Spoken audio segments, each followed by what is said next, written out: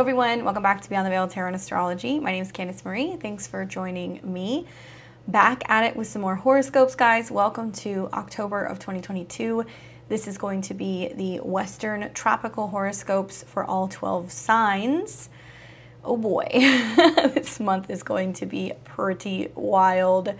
Hopefully you guys are doing well. If you're new to my channel, I am a Western astrologer with a twist. I incorporate both tarot as well as the Sabian symbols into my work and what I see clairvoyantly. Let's go ahead and get right into it. So this will be for, like I said, October 2022 horoscopes, all 12 zodiac signs, brought to you by me, Candice of Beyond the Veil Tarot and Astrology. Okay guys, really quick, just some offerings this month. Want to let you know what we've got going on the channel. I'm starting to now really kind of push this because we're a little less than 2 weeks out for this webinar that I'm going to be doing. It's on October 9th. It's on a Sunday morning, 10 o'clock a.m. Pacific time, 1 p.m. Eastern. I'm doing a fall 2022 webinar on the eclipses. So we're going to be talking about both the solar eclipse in Scorpio, which is going to feature a very strong Venus signature with a solar eclipse conjunct Venus. And we're also going to be having a November lunar eclipse in Taurus, which is going to be conjunct Uranus square Saturn. So two very, very complex eclipses, some really unusual astrology in the month of October. For those of you guys who want more of an in-depth idea of what these eclipses have to offer, I will be doing this webinar, so please click the link below if you'd like to join.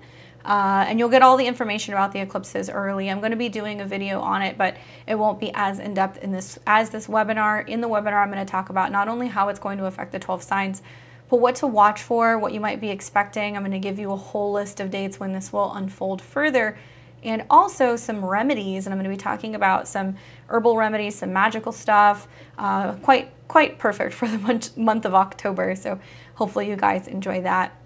For those of you guys who want to learn with me, if you want to learn tarot or astrology, I have a beginner's course for both tarot and astrology on my website. You can check that out.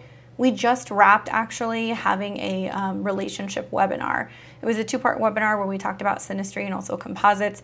But I know that October is going to be still a lot of energy relating to relationships. So if you want to learn more about relationship astrology, I will be having that up on my website pretty soon. I'm not sure when, but we'll have that ready soon. And we're getting into the holidays, so I just want to let you guys know that we have gift certificates available now on my website. So if you go to beyondtheveiltarot.com, if you would like to give the gift of insight and predictive astrology, you can gift that now. I have full or half-hour sessions available. And if you'd like to book with me, you can book on my website for personal live readings. I'm almost fully booked for the rest of the year, so it's kind of crazy. You can always check out my live availability on my website. You can book in advance. My sessions are one-on-one on Zoom, and they are recorded so you can keep them. You can listen back to them. I offer full and half-hour sessions as well as a variety of different offers like solar return, Saturn return readings, election dates, if you're wanting to choose the perfect date for something. So take a look at that if you are interested in my services, okay? Okay, so transits that catch my eye, probably the big thing that's taking place this month it's a toss-up between the solar eclipse that we're going to be having in Scorpio and the Mars retrograde in Gemini. Oh boy, I cannot imagine something scarier than a Mars retrograde in Gemini, especially just it's happening right around Halloween time as well as eclipses. As the month of October goes on, we're just going to see that the astrology becomes more and more like bizarre and definitely very active. Now, because we are in eclipse season, as we start the beginning of the month, we only have one more full moon before we come into the new moon solar eclipse. So you guys are going to notice that the next couple of weeks, the energy is just going to continue to build. It's going to get more intense. So you have been forewarned. I had to sneak that little scary scream guy in there. I imagine like the Mars retrograde around Halloween is going to be some like really great haunted houses and like slasher movies, you know? So these are the transits that catch my eye. These are the ones that I think are most prominent. I'm going to touch on them for each and every one of the 12 signs.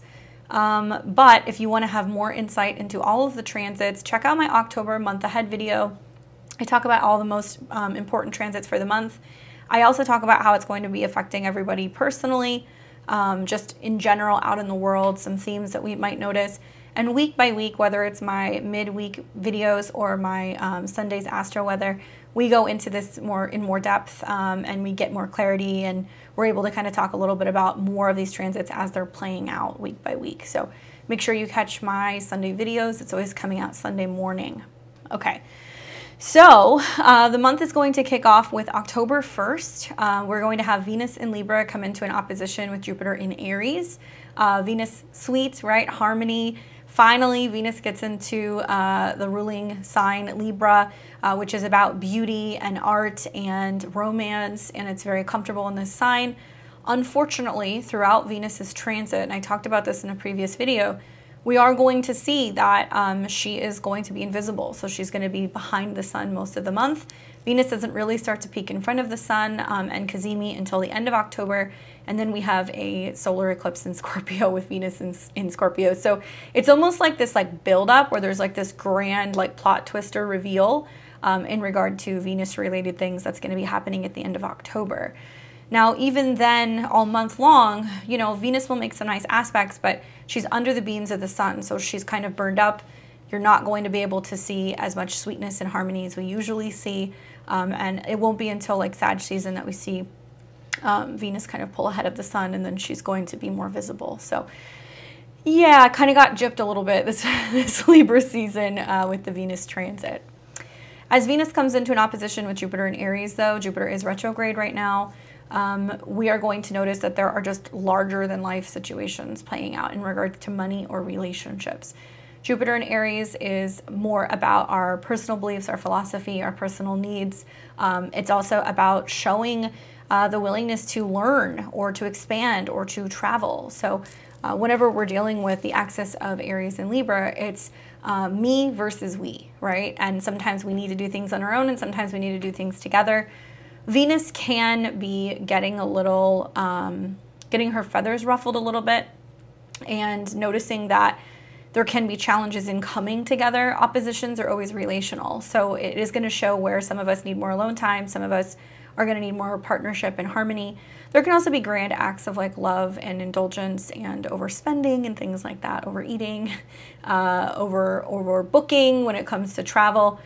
So watch for that the very first day of October. On the 2nd, finally, Mercury goes direct in Virgo.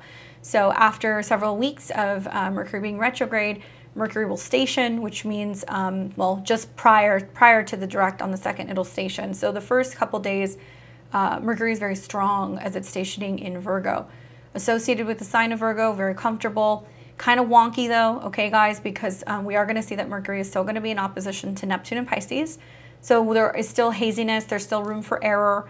There is still a sense of not having clarity, not hearing things correctly, being lost in translation. However, it'll be nice to see Mercury finally go direct, and just very powerful energy, right? We'll see another trine also to Pluto a couple days later. So that's really kind of wrapping up what's been several weeks of just a real time of having to dig deep and look at details and sort something out and figure out how we can kind of get back on track.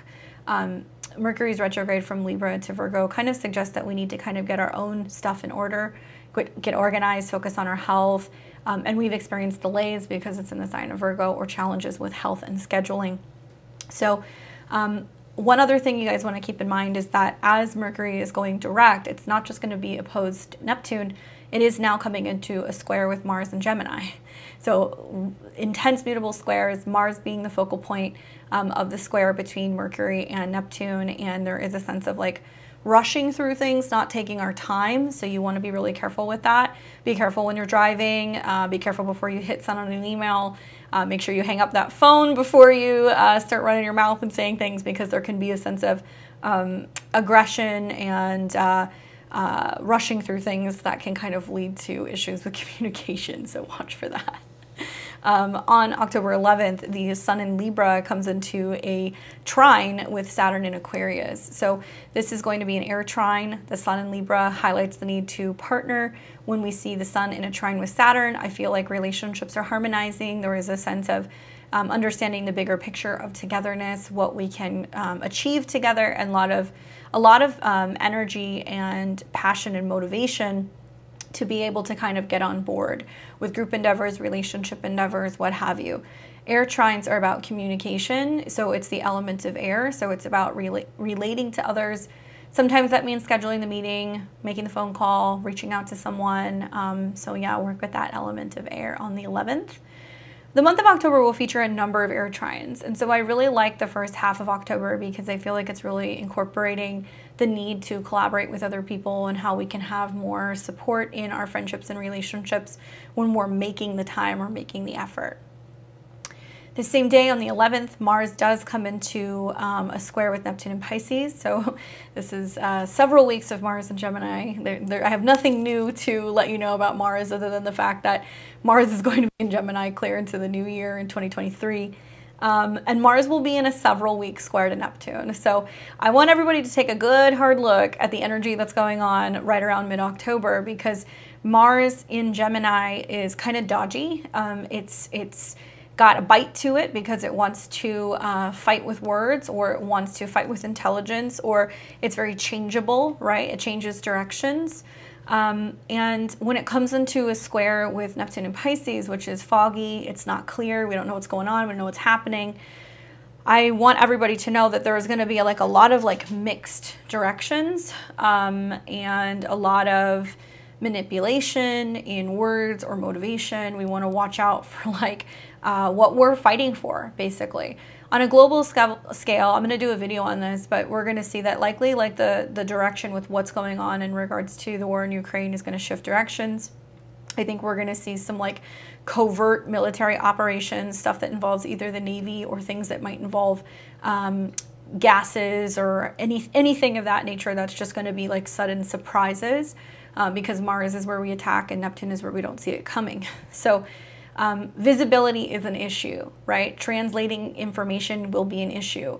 Gaining clarity in the media will be an issue. So this is like prime time for like gossip, manipulation, slander. It's also about blind spots and like, you know, rushing into a situation before sussing it out and like not seeing something. So that will really be in the air for quite a while, because at the end of October, Mars is going to go retrograde. So be very careful. Look at where Mars is in your chart in Gemini. It's already in shadow, so it will go in and out of the square a couple times, and it'll hit 3 exact times before we are fully done with the retrograde. On the 18th, we have Venus in Libra coming into a trine with Mars in Gemini. So we've got the lovers harmonizing, right? Venus, which is about relationships and art and passion and harmony, and very happy in the sign of Libra, trining Mars in Gemini. So this feels like very communicative, very social, very chatty. Whenever we see Venus and Mars in harmonious action, we can see that there's just more peace, right? So there can be more peace and kind of like a taming of the intensity that's been going on in the world, or we don't really see a battle of the sexes going on when these two planets are harmonizing. Once again, more air trines, so there is a need to use words or information or intellect to be able to express our wants and needs and desires. On the 19th of the month, the Sun and Venus in Libra will then come into a square with Pluto in Capricorn. So it feels as if like that trine with Mars is very short-lived, right? Just the next day, boom, Sun square Pluto, power issues, power struggles, issues with authority, Venus square Pluto, issues in regards to obsession, fixation, way too much passion in some situations, or some like darker themes that come with like love and money. Whenever we're dealing with Libra, it can be dealing with like fairness, balance, equality, the courts, the legal system, and Capricorn is always going to deal with like power struggles in regards to authority. So I think of like government figures, military figures, and you know, Venus and the Sun conjunct in Libra, like once again, it's under the beams of the sun. So Venus is kind of getting burned up, and we may see that like people are doing some like really intense things out of like, in the name of like love or pride for a person or a situation or for a cause, you know. On the 22nd of October, we see Venus conjunct the Sun at 29 degrees of Libra. Now, you will see this for several days leading up to the 25th. I believe it's going to start closer to excuse me, to the 22nd. So closer to like the 20th maybe, we're going to see Venus and the sun moving very closely. So several days at 27, 28, 29 degrees, the sun in Libra and Venus in Libra move together. But it will not be until the 22nd that that Venus pulls ahead of the sun and creates a Venus-Sun cazimi. So similar to the Mercury cazimi is like that turning point where something is revealed. Venus pulling ahead of the sun is relating to money, resources, values, something significant in regards to art, or maybe even a woman is going to be revealed. I see this as being kind of positive because it's going to allow you know, Venus's energy to kind of really shine in. It is at that extreme kind of Saturnian, you know, energetic degree of 29. So it's kind of like the do or die, the now or never when you're dealing with 29 degrees.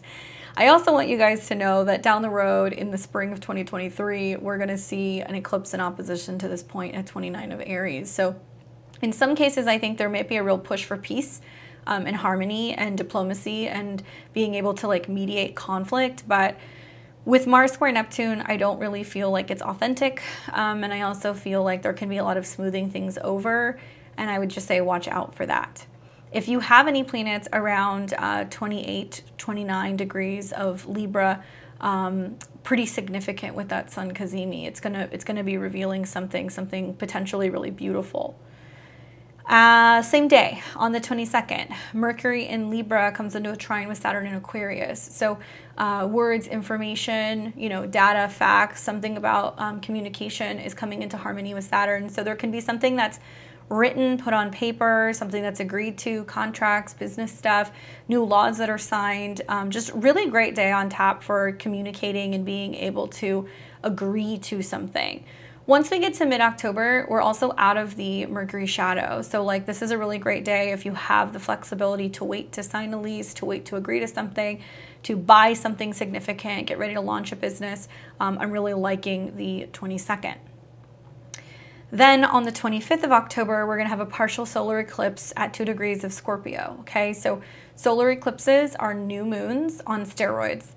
We know that with new moons, we get really quiet, we set intentions, we meditate, we reflect, but this is one that's very active. So Scorpio eclipses have a tendency to rumble, to unearth things that can be scary, but profoundly transformative, very significant, very emotional, right? That's what we see with Scorpio transits.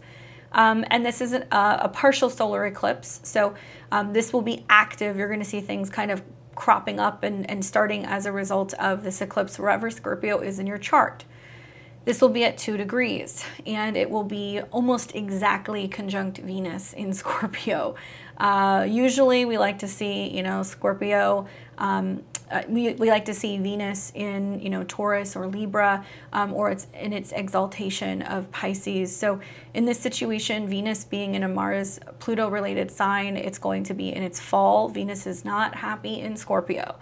So the really sweet transits of having that in Libra is kind of short-lived, and in many ways, the conjunction of Venus and the Sun on the 22nd is really leading up until this point. And with eclipses, there are definitive beginnings and endings. There are definitely plot twists. We see life or death situations, and we have eclipses in Scorpio. Stuff in regards to debt, loans, inheritance, and transitions, and also just psychological skeletons in the closet.